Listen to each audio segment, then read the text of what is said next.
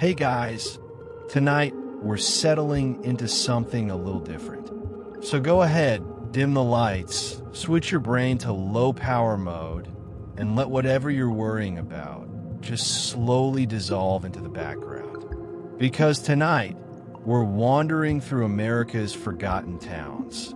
The ones that promised greatness, boasted big dreams, and then, in the most classic American fashion, fizzled out like a 4th of July sparkler dropped in a puddle. It's a peaceful kind of topic, actually.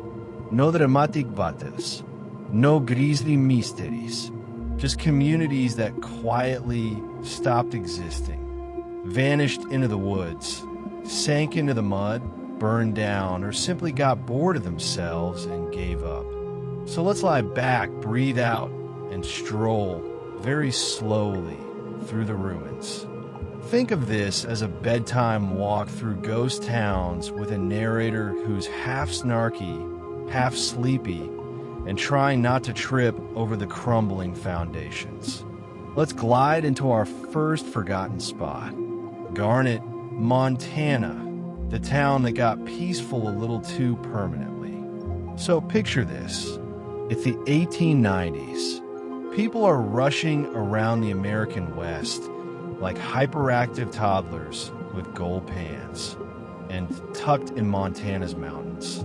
The kind of place where even trees seem introverted. A little mining town called Garnet popped up.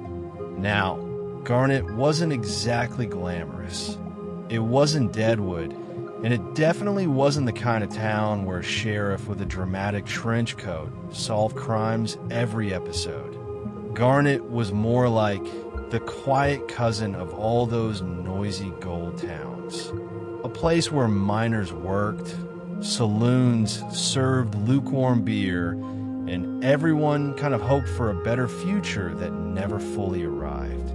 By 1898, Garnet had around 1,000 people, which, fun fact, is the perfect number for a small town to sustain exactly one legend about a haunted saloon, one guy who claimed to have struck the big vein, and one communal scandal that everyone gossiped about until they forgot the actual details. Life was simple. Miners dug. People are rushing around the American West like hyperactive toddlers with gold pans and tucked in Montana's mountains. The kind of place where even trees seem introverted. A little mining town called Garnet popped up. Now, Garnet wasn't exactly glamorous. It wasn't Deadwood, and it definitely wasn't the kind of town where a sheriff with a dramatic trench coat solved crimes every episode.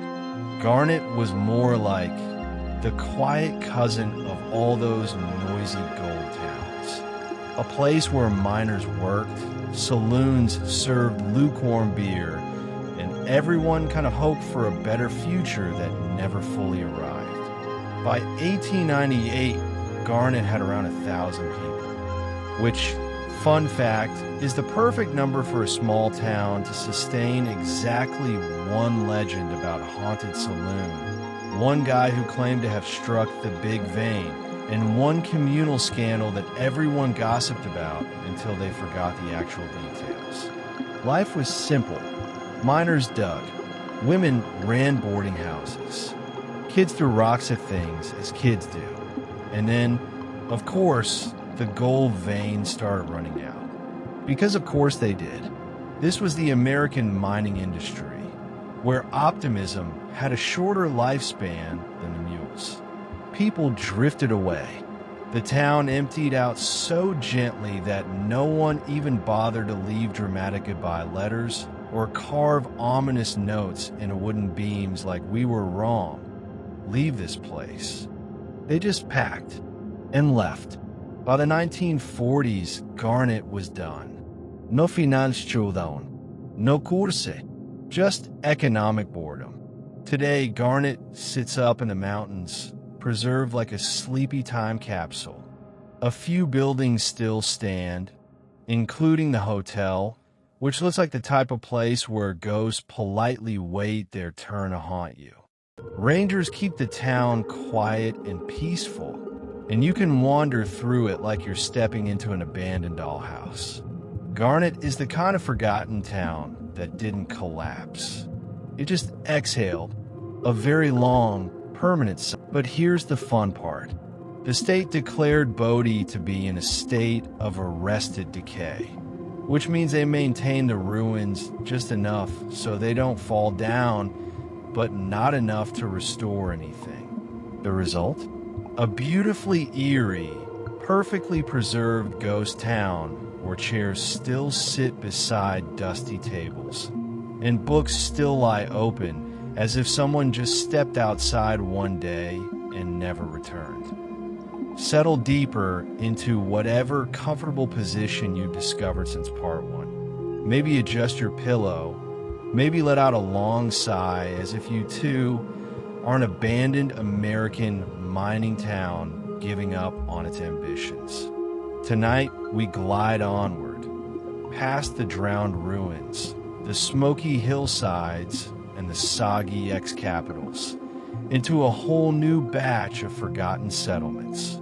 These are places that rose, sparkled for roughly the amount of time it takes to cook a frozen pizza, and then politely vacated the historical stage. Nothing dramatic, nothing exciting, just slow, delicious decay. Let's float into our next quiet disaster. Thurmond, West Virginia, a boomtown that got out luxury by the future. If you've ever wanted to see a town pause mid-sentence and never finish it, Thurmond is the place.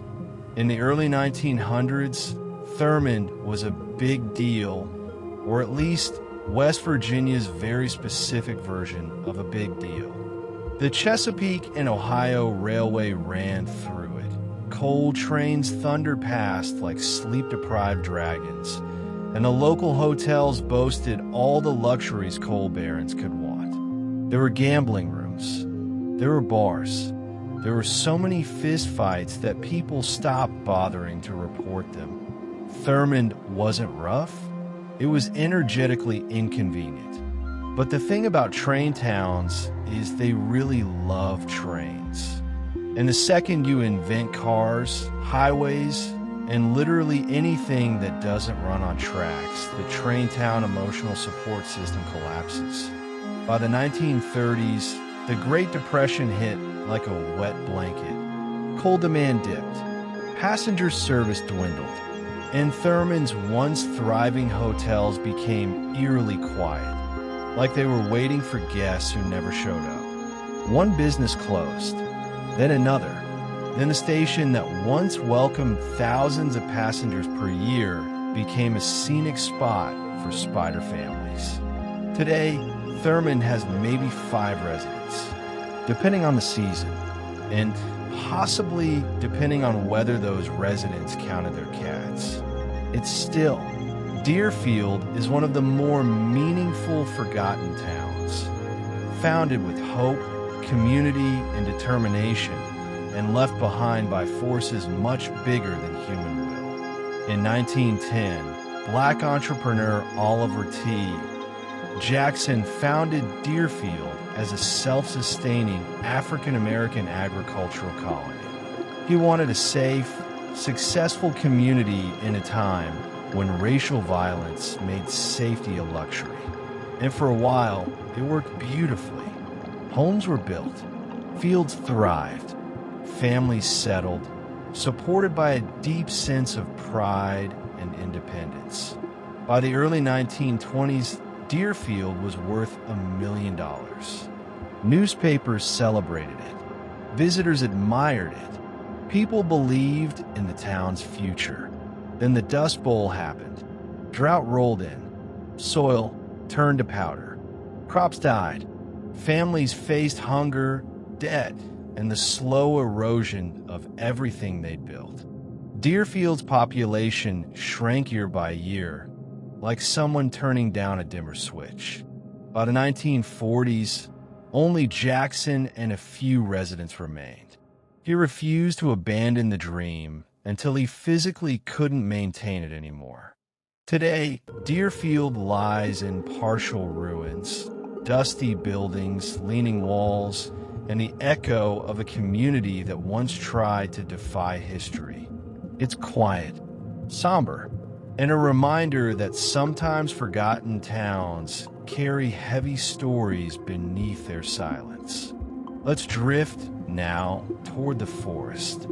Dana, Massachusetts, a town erased to make drinking water. Massachusetts is full of towns with charming names like Shrewsbury or Braintree, which sound like places where pies cool on windowsills.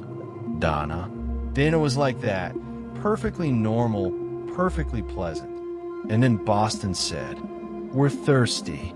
In the 1920s and 30s, the Quabbin Reservoir Project aimed to create one of the largest man-made water supplies in the U.S. The plan: flood 4 towns, remove all residents, demolish everything. Goodbye, Dana. Goodbye, Enfield. Goodbye, Greenwich. Goodbye, Prescott.